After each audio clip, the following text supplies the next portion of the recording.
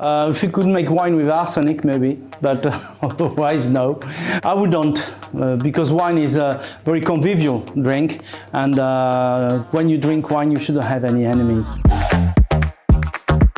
For young wine, for example, it needs, of course, to smoothen, and you get time with it. For example, with a carafe, your wine can age 1 or 2 years very quickly. Be careful with old wine, don't put old wine on carafe automatically.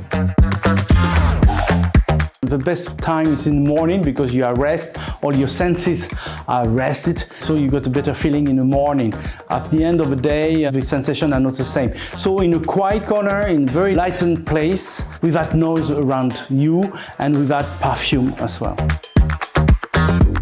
Provence, because you got the atmosphere, you got the sea, you got the sun, you got the beaches and things like that. So all the rosé in Provence are good. They're not so good maybe when you come back to Paris, for example.